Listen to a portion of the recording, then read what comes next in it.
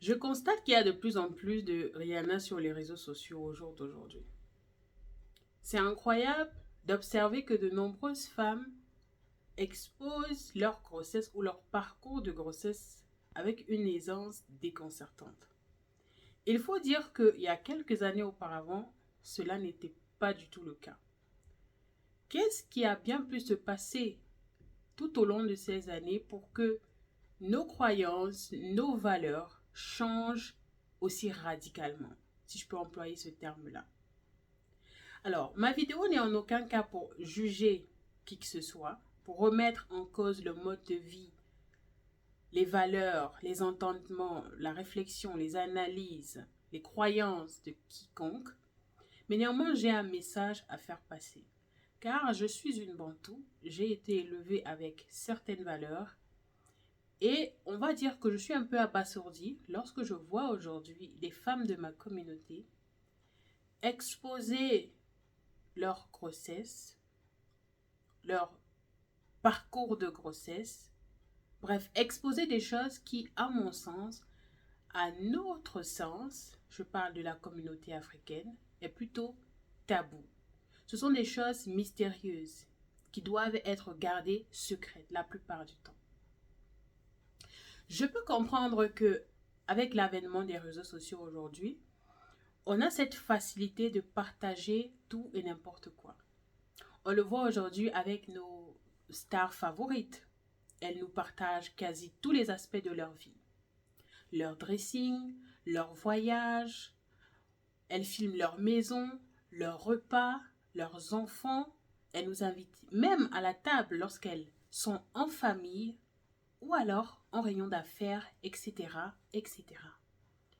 Mais j'aimerais quand même dire que ces personnes-là qui ont pour principal gagne-pain de montrer leur vie sur les réseaux sociaux réfléchissent stratégiquement ou alors planifient stratégiquement avant de publier quoi que ce soit. C'est vrai, lorsqu'on s'attarde aux vidéos, on a ce flow naturel. Et c'est ce qui donne d'ailleurs beaucoup de cotes à ce type de vidéo. Parce que c'est tellement naturel, c'est tellement fluide, c'est tellement aisé et sensé qu'on croirait que c'est vraiment comme cela que la vraie vie de ces personnes-là se déroule.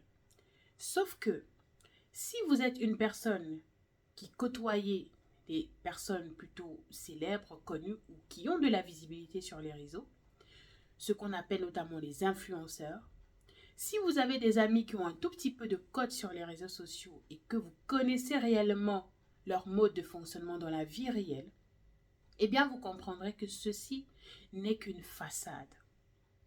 Et je vais encore aller plus loin. Ceux qui ont étudié le marketing des réseaux ou toutes sortes de marketing, vous savez que ce que les autres nous montrent sur les réseaux sociaux, c'est bien planifié, c'est bien positionné, c'est stratégique. Surtout ceux qui ont beaucoup de l'audience. Parce que même si l'on commence un tout petit peu en se disant oui, je vais filmer ci et ça aspect de ma vie juste pour attirer des vues, eh bien à un moment donné, il va falloir rémunérer tout ça. Et c'est ainsi que il y a des sponsors qui vont faire appel à vous. Vous allez commencer par exemple à faire des placements de produits pour des marques, etc. Et en ce moment-là, vous ne pourrez plus poster tout et n'importe quoi. Vos posts ne seront plus faits au hasard. Vous allez entendre justement d'aucuns dire mon manager a dit, mon manager a fait, tout simplement parce que c'est un game. D'accord? Pour beaucoup, c'est de l'amusement, mais pour certains, c'est vraiment un métier, c'est vraiment un travail. Et la plupart de ces personnes-là que vous voyez ont travaillé sur leur image. Et c'est parce qu'elles ont travaillé, elles sont appliquées dans ce qu'elles font. C'est la raison pour laquelle vous aimez ça. Vous appréciez, limite, vous les adulez. Ne nous éloignons pas trop du sujet. Cette vidéo, c'est pour parler des sœurs de ma communauté. Des femmes noires comme moi. Qui ont, je l'assume ou je le présume, reçu des valeurs africaines, qui ont certainement grandi dans des foyers africains, où porter la vie était quelque chose de mystérieux. Je me souviens encore à l'époque quand j'étais plus jeune, 8 ans, 10 ans, 12 ans par là, lorsque une femme dans la famille ou dans l'entourage ou même dans le quartier où je résidais était enceinte, ce n'était que lorsque le ventre était plutôt prohibérant que tout le monde apprenait la nouvelle, si on va dire comme ça. Que c'était visible aux yeux de tous, ok, elle est enceinte et peut-être bientôt elle va mettre au monde. Et il y a certaines femmes qui n'ont pas qui ne vivent pas forcément cette transformation physique. Ce qui fait en sorte que certaines femmes peuvent mettre au monde, et ce n'est que lorsque l'enfant est né que les autres vont apprendre qu'elle était enceinte, tout simplement parce que cela n'était pas visible sur leur corps. Elles ont une constitution physiologique ou morphologique qui est assez particulière, ce qui fait que la grossesse ne se voit absolument pas. Mais au jour d'aujourd'hui, quand je regarde, que ce soit Instagram, TikTok, Facebook, YouTube, bref, toutes les plateformes, tous les réseaux sociaux de type communication, etc., c'est devenu comme une autre forme de marketing. C'est-à-dire, vous allez voir des femmes qui font des tests de grossesse, qui mettent sur les réseaux. Et même quand vous regardez même la constitution des vidéos, c'est osé quand même. Vous allez voir des personnes en sous-vêtements, qui vont se filmer dans leur toilette, qui vont faire pipi dans des bocaux et qui vont mettre ça sur la toile. Je ne sais pas à quel moment on est arrivé à cela, mais j'ai envie de vous dire qu'on va à la dérive. On va à la dérive, littéralement. C'est à quel moment on a normalisé le fait de se mettre en sous-vêtements devant la caméra. Déjà, commençons par là. À quel moment a-t-on normalisé le fait de se mettre en sous-vêtements devant la caméra? Limite, quand je suis dans ma chambre et que je suis en train de m'habiller, lorsque j'entends à la porte, je sursaute. Je suis mal à l'aise. Donc, combien de fois me mettre devant la caméra en caleçon, en bikini, en short, en soutien-gorge? Bon, vous allez me dire, chacun fait ce qu'il veut, c'est la modernité, on est à l'ère de la modernité, de l'avancée des mentalités, les mentalités sont poussées, etc. Vous faites ce que vous voulez. Mais néanmoins, ce que je veux vous faire comprendre dans cette vidéo, c'est que vous attirez à vous des énergies que vous ne saurez ou n'êtes probablement pas en mesure de gérer. Continuons. Je vois de plus en plus des vidéos de femmes qui montrent ce qu'on appelle baby boom. Donc, on va filmer tous les mois de grossesse, premier mois, deuxième mois, troisième mois. Les femmes qui filment leur ventre, elles postent sur leur réseau, elles vont à l'hôpital faire des échographies, etc., des examens médicaux. Elles se filment dans les hôpitaux. Elles sont même en salle de travail. Elles se filment en salle de travail.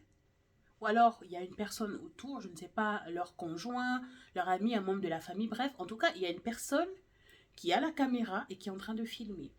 Une femme enceinte en travail. Il y a quelques années auparavant encore, ceci ne serait même pas envisageable ni imaginable.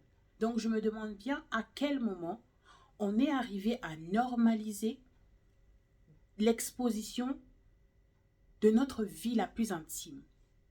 Je comprends, j'ai clairement compris le but des réseaux sociaux et comment ça fonctionne. Donc, il faut montrer un peu plus d'intimité de soi pour avoir ce sentiment, pour que en fait, nos abonnés aient ce sentiment d'appartenance à nous, etc. Mais j'aimerais quand même vous rappeler que la réalité reste la réalité et le virtuel reste le virtuel.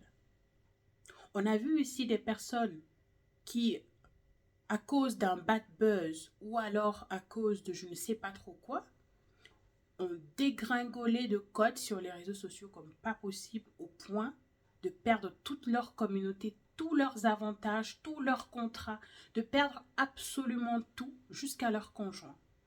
Donc, il suffit qu'il y ait une sorte de bad buzz, une sorte de polémique qui circule sur vous. Il suffit que des gens se mettent en petit comité d'aigreur et décident de vous faire descendre. Eh bien, vous allez descendre. Donc, dites-vous que ces personnes-là pour lesquelles vous faites des choses inconventionnelles ne seront peut-être pas là au moment où vous serez le plus mal. Cela reste, peu importe, vous avez 10 millions d'abonnés, 1 million d'abonnés, ça reste des personnes virtuelles. D'accord? Je ne sais pas si vous vous rendez compte en réalité. 10 millions de personnes, ça fait beaucoup. ça fait beaucoup d'individus. Parce que là, maintenant, quand on voit juste inscrit un chiffre sur notre compte, on ne réalise pas forcément. 10 millions de personnes, ça peut remplir des stades et des stades. Donc, prenez cela en compte. Après, moi, je m'adresse au travers de cette vidéo principalement aux femmes de ma communauté. D'accord? Pas aux blanches, aux caucasiennes, etc., etc. Je m'adresse exclusivement aux personnes de ma communauté parce que j'assume que peu importe d'où on vient, de quel pays d'Afrique on vient, on a plus ou moins reçu les mêmes bases éducatives en ce qui concerne certaines valeurs que l'on prône, etc. Donc, je n'ai jamais été caucasienne, je n'ai pas l'intention de le devenir, je n'ai jamais souhaité le devenir, donc je n'ai jamais été dans la peau d'une caucasienne, je ne connais pas foncièrement leurs valeurs, sinon très peu, donc je ne sais pas comment ils fonctionnent, ils réfléchissent, ils planifient, et très sincèrement, ça ne m'intéresse pas plus que ça. Donc, pour ceux qui ont des commentaires du genre « oui, la modernité », vous gardez ça pour vous. D'autant plus que la plupart des femmes qui copient ce genre de contenu, donc qui répliquent ce genre de contenu, c'est en image, n'est-ce pas, aux femmes caucasiennes. Parce que voilà, elles ont des comptes à 5 millions d'abonnés, elles signent des partenariats à, je ne sais pas moi, 10 millions l'année. Et du coup, on se dit pourquoi pas, si je le fais, peut-être que moi aussi je vais. Mais pensez à vous, pensez à votre famille, pensez à vos enfants, pensez à vous protéger. Les réseaux sociaux aujourd'hui ont créé tellement de proximité avec les gens qu'on a l'impression de connaître les gens, on a l'impression d'être amis avec les gens, on a l'impression voilà, d'avoir plein de personnes autour de soi qui nous aiment, qui nous supportent, qui nous encouragent, qui nous glorifient, etc. Mais une fois de plus, je vous le redis, faites une gaffe, retrouvez-vous dans l'impasse et vos fameux fans pour lesquels vous faites tout et n'importe quoi seront les premiers à vous traîner jusqu'au bas astral. En plus de cela, on ne va pas terminer cette vidéo sans parler bien sûr de spiritualité parce que oui, la spiritualité africaine, si vous êtes africaine ou africain, bien entendu, eh bien, même si vous ne le reconnaissez pas, même si vous ne l'acceptez pas, même si vous ne le pratiquez pas, elle est inscrite dans vos gènes. C'est comme ça. Elle est inscrite en vous. On sait tous ce que le mauvais œil est. Si vous êtes une personne africaine, vous savez ce qu'on appelle le mauvais œil. Vous vous exposez comme ça aux yeux de millions, de milliers, voire de millions, voire même de milliards de personnes pour montrer, voilà, votre beau bébé, votre, je ne sais pas, votre belle maison, votre... bref, pour montrer tout ce que vous pouvez bien montrer. Hein, ça fait plaisir à la communauté, les gens ils regardent, ils likent, vous avez des millions, vous avez des commentaires, ça fuse de partout. Mais derrière toutes ces personnes qui regardent vos contenus, il n'y a pas que des personnes qui sont contentes pour vous. Il y a également ces personnes-là qui ne sont pas du tout heureuses, qui ne sont pas du tout contentes. Il y a des femmes parmi celles qui engrainent votre communauté, des femmes qui ont déjà, par exemple, passé des années, plusieurs années, à chercher à concevoir. Pour une raison ou pour une autre, elles n'y parviennent pas.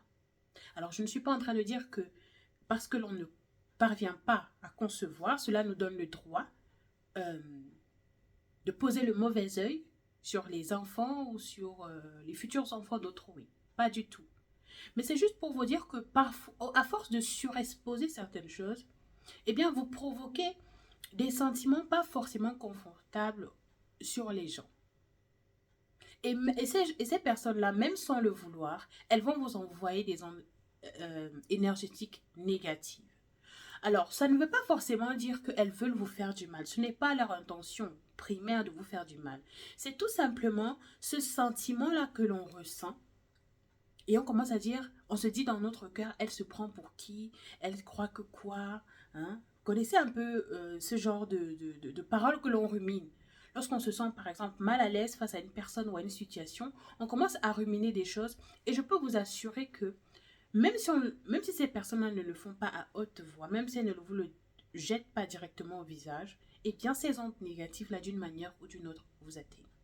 Rappelez-vous, on ne peut pas détruire ce qui est caché. Est-ce que vous connaissez ce dicton? On ne peut pas détruire ce qui est caché. Parfois, c'est vous-même qui venez vous vendre à la vérité populaire. Parfois, c'est vous-même qui venez, voilà, C'est-à-dire, vous donnez vous laissez la tâche tellement facile, vous donnez la tâche facile à ces personnes-là qui sont là pour vous détruire, à vos haters, comme on les appelle nouvellement, modernement aujourd'hui, pour vous atteindre, pour vous détruire, pour vous anéantir. Gardez votre vie privée. Après cette vidéo, tu peux faire de cela ce que tu veux, ça c'est ton problème. Mais ici, c'est mon canal, je produis le contenu que je veux.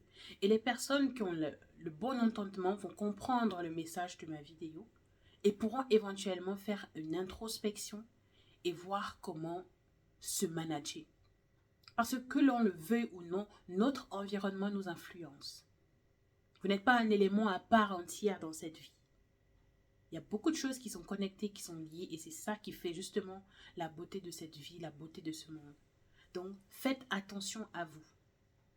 Les comportements de stars, vous n'êtes pas obligé de répliquer ça sur vous. Et même si vous souhaitez répliquer des comportements de stars, est-ce que vous savez, comme on dit chez nous au Cameroun, banalement, est-ce que tu connais le ventre des gens? Est-ce que tu connais ce que les gens ont dans leur ventre? Non. Cette Rihanna, est-ce que vous connaissez à quelle échelle spirituelle elle est, cette dame? Vous ne connaissez pas, vous n'avez même pas été. Donc, il y a des petits bavardouillages là qui ne peuvent même pas lever la poussière sous ses pieds. Parce qu'elle est très élevée spirituellement. Prenez ça comme vous voulez. Elle a vendu son âme au diable. Elle est dans les sectes. Prenez ça comme vous voulez. Chacun se protège à sa manière comme il veut. Ce que les autres font dans le noir, c'est pas mon problème. Je ne suis pas là. Je n'étais pas là pour voir. Je n'en sais rien. Donc, c'est chacun pour soi. Une fois de plus, protégez-vous. Prenez soin de vous. Les réseaux sociaux restent les réseaux sociaux et la vraie vie reste la vraie vie. Prenez soin de vous et on se voit dans le prochain épisode. Ciao, ciao!